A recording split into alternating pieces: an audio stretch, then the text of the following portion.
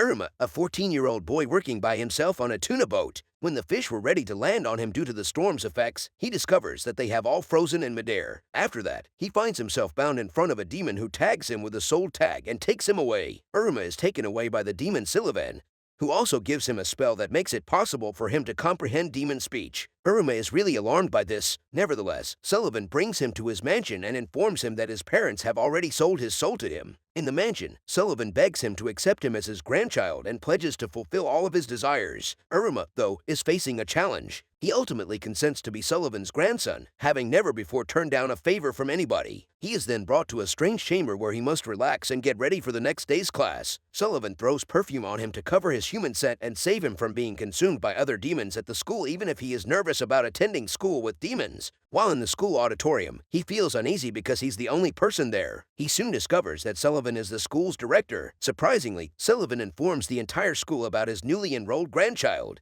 He offers everyone a copy of the current photo he and Iruma are holding. Later, as the most awarded student, Iruma is taken to the platform and given a speech to deliver by Sullivan. The speech turns out to be a prohibited spell. If he mispronounced even one syllable, his body would erupt. The result is that the entire school is shocked that nothing happened to him. The most well-liked pupil in the school, Asmodeus, then challenges him. Iruma, however, defeats him using his soul talent. His ability to dodge everything makes him popular at school. Asmodeus arrives to the director's office to greet Iruma and bows before him, promising to obey him in accordance with the demon law. Iruma receives special attention the next day in Sullivan's residence. He had previously considered informing Sullivan that he no longer wanted to attend school but changed his mind. As Asmodeus arrives at school, he bows to Iruma, his new teacher. They both then proceed to the location where they must call forth their familiar, a demon ally. Iruma worries that he won't be able to call a familiar because he is a human. He observes as others call forth their demonic allies and sees Asmodeus call forth a Gorgon serpent, which is not surprising given his ancestry. The sensei then commands Iruma to call his own partner. Iruma approaches the circle in an effort to call forth his own familiar. Iruma, a human, can only summon a demon, his own instructor Caligo, as only demons may summon monsters as their familiars. As a demon has never called upon another demon to serve as a familiar, this generates a scene in the school. Caligo is furious and tries to rescind the deal, but Sullivan threatens them with death if they do, compelling them to sign a one-year contract instead.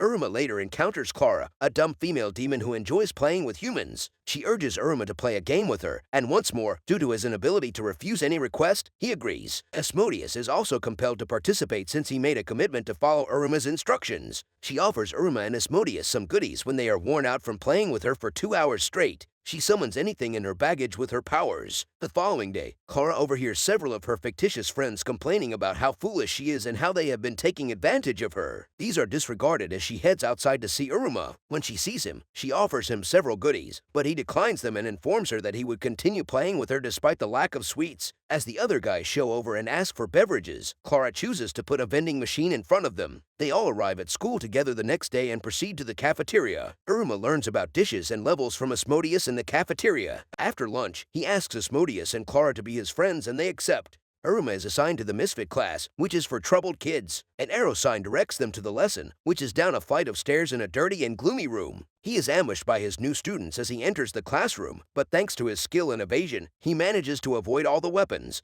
Then he encounters Sabnok, who affirms his destiny as the following Demon King. The highest rank in the demon school is also mentioned, along with all the position entails. Asmodeus and the man begin to argue verbally, but Asmodeus begins to prevail by extolling the virtues of the friendship he gained from Iruma. Caligo enters at that point and tells everyone to have a seat while he calls names as he will be in charge of the class. Soon after, he informs the pupils he wants to test them and establish their rankings before taking them all outdoors. In addition, he intends to put them to the test by having a race to the flag at the peak of a mountain. When they assume their places, Caligo also urges them not to go through the cutthroat valley. As the battle is about to start, everyone spreads their wings and takes off, leaving just Iruma behind. Although every demon has wings, he has no idea how he will get there. As Caligo pushes him away, a demon bird catches him before he reaches the ground. He is left next to a wounded bird, and while he works to treat it, a drop of his blood seeps into the bird's wound and heals it. The bird thanks him and offers to take him on a ride. Sabnok, however, disregarded Caligo's advice and is now facing the vicious valley monster just as he is ready to perish. Iruma gets there in time to save him from the monster's attack. Little did he know, the demon bird Iruma had saved turns out to be the child of that monster. Iruma and Sabnok are the last to cross the finish line, and the other kids are waiting for them patiently. They eventually come across the two lads riding a monster as they approach the finish line. The entire class is astonished by this. Soon after, Caligo presents the rank owl he had been keeping an eye on while the kids were racing. Then he gives them the order to take their ranks out of the owl's pocket.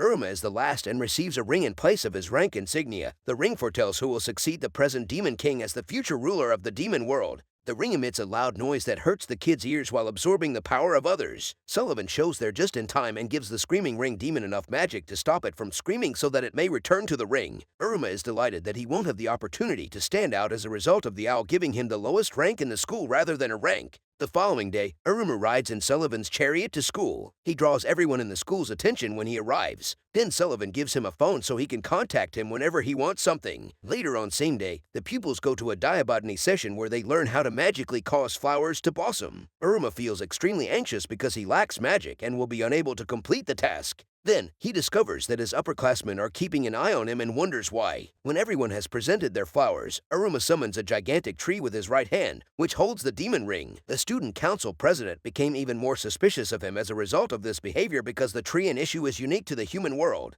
Iruma chooses to assist in repairing the damage after feeling horrible about it, and is handed a mountain of trash to remove. In order for him to not disturb himself, Asmodeus aids him in burning them. He collides with Amory, the school's president. Amory first believes that Iruma is attempting to win her over to his side. A copy of the book she has been finding hard to read falls from her pocket as she battles with him. The copy is seen by Iruma, who takes it up. She then observes that he is able to read the words from the text, demonstrating his humanity. Iruma is brought with her to her office where she asks him to read the narrative to her. She finds the stories in the book to be quite fascinating as they read along. Iruma suddenly realizes that he is running late after discovering several missed calls from his grandfather. Amory enters her phone number into his before he departs and informs him that she will contact him to come read the text to her. Iruma runs across Opera the next day, and she asks him whether he wants to return to the realm of humans. He considers and contrasts his current existence in the demon realm with his previous one, but he doesn't respond to her. She then tells him that he must improve his school rating and graduate with a high rank if he wants to return. He reflects about what Opera has taught him while at school, but he becomes concerned that it may make him stand out.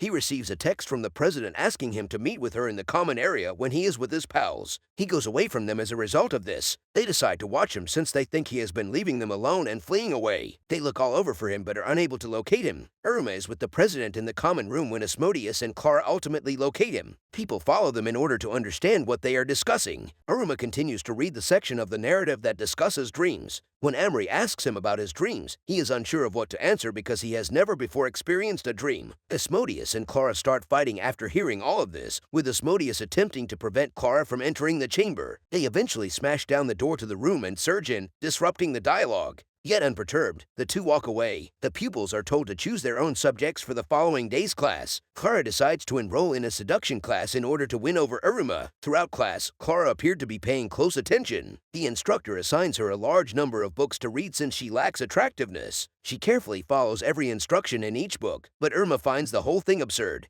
She returns home feeling quite depressed, but her family cheers her up by suggesting that she give Iruma a kiss. The next day at school, she tries to kiss Iruma using what she has learnt from her readings. He avoids her attempts because of his evasive talent, which causes her to strike one of her professors by accident and land in detention. When she sits alone and worries about losing Iruma, then Iruma arrives to play with her and calm her down. Iruma informs Asmodeus that he wants to advance, and he inquires about how to accomplish it. He joins Asmodeus in a demon game of dodgeball on a subterranean playing field. He also gives him a rundown of the game's guidelines and its background. Iruma recognizes that he still has a lot to learn after observing the presence of his fellow classmates. He then asks his granddad for help. He learns a magic throwing skill from his grandfather that he can use. Yet Iruma is adamant that he doesn't want to utilize magic. This causes Sullivan to strengthen his hand so he can catch the ball. Opera starts throwing balls at him to teach him how to catch them, but he keeps utilizing his evasive maneuvers to avoid them. He continues to have trouble catching the ball as they resume their workout the next day. Essentially, with the assistance of Asmodeus and Clara, he is able to catch Opera's ball a day before the promotion exam. Iruma shows up for school on D-Day in anticipation of the promotion test. Next, Caligo splits them into two teams and goes over the game's rules with them. Asmodeus grows concerned when he realizes that he and Iruma are on opposite teams. Even though he is on the other squad, he considers how he may assist him. When the match starts, players from each team start to remove one another from the field, leaving just Asmodeus and Iruma. Soon Asmodeus realizes that he cannot simply let Iruma prevail. Iruma receives the ball after it has been transformed into a fireball by Asmodeus and is then able to return it to Asmodeus. When the ball strikes him, Iruma wins the competition. His position is raised and his promotion to bed is approved by Caligo. The school welcomes a new teacher who will be covering the subject of familiars. He summons the students and leads the entire class outside. They all call their familiars, and Caligo is called by Iruma. They continue with enjoyable activities after that to forge a connection with their familiars. In order for Iruma to pass the class, Caligo is compelled to comply with all of the new teacher's demands. He becomes weary of everything and describes how a familiar should be handled to work in his advantage during class time. A loud alarm is heard within the school later that day. Upon learning this, Asmodeus assures Iruma that he would attempt to push him into a battler but that he will defend him. Also, he informs him that being a battler will enable him to advance more quickly through the academy. And Iruma muses about this while eating in the cafeteria. They hear a bunch of battlers entering the building through the school's entrance and moving towards the cafeteria all of a sudden.